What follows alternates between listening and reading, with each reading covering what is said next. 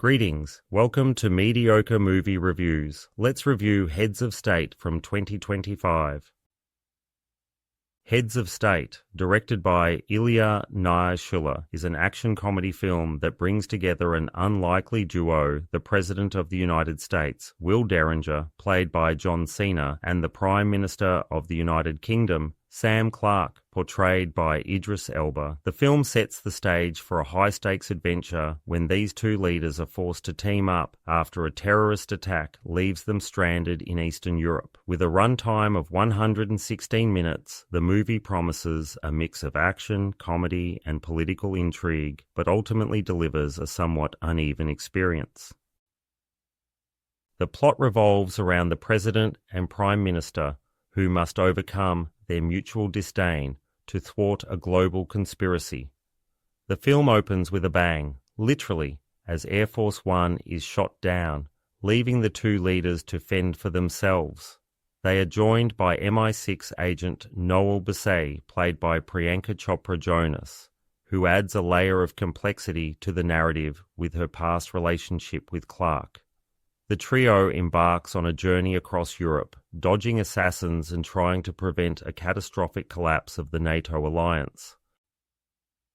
Naishuller, known for his work on Nobody and Hardcore Henry, brings his signature style to the film, with kinetic action sequences and a visually engaging presentation. However, the film struggles to maintain a consistent tone, oscillating between slapstick comedy and serious espionage thriller. This tonal inconsistency is one of the film's major drawbacks, as it never fully commits to either genre, leaving the audience unsure of what to expect. The chemistry between Cena and Elba is one of the film's highlights. Their dynamic, reminiscent of classic buddy comedies, provides some genuinely amusing moments. Cena's portrayal of the swaggering, somewhat clueless president contrasts well with Elba's more serious and sarcastic prime minister. However, the script often leans too heavily on cliched culture clash humor, which can feel tired and predictable. The supporting cast, including Priyanka Chopra Jonas and Paddy Considine as the villainous arms dealer Victor Gradov, deliver solid performances, but their characters are underdeveloped. Chopra Jonas brings a level of gravitas to her role, but her character's backstory and motivations are not fully explored. Considine's antagonist, while menacing, lacks depth and serves more as a plot device than a compelling villain. Visually, the film is polished, with stunning shots of various European locales, from the tomato-splattered streets of Spain's La Tomatina festival to the picturesque landscapes of Italy. The cinematography by Ben Davis captures the grandeur of the settings, adding an international flair to the film. Stephen Price's score complements the action, though it does little to elevate the film's emotional beats. Heads of State had the potential to be a sharp political satire or a thrilling action caper, but it falls short on both fronts.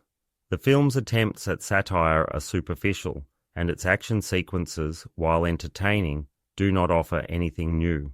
The narrative is predictable, and the character arcs, particularly the romantic subplot between Clark and Basay, feel forced and unconvincing.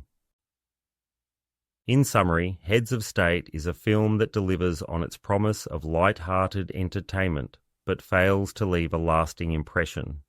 It is a fun, albeit forgettable ride that might appeal to fans of Cena and Elba's on-screen charisma. If you are looking for a film that offers a mix of action and comedy without demanding too much thought, this might be a suitable choice for a casual movie night. However, those seeking a more substantial cinematic experience may find themselves wanting more. So, that's my review of Heads of State, and I'm giving it 3 stars out of 5.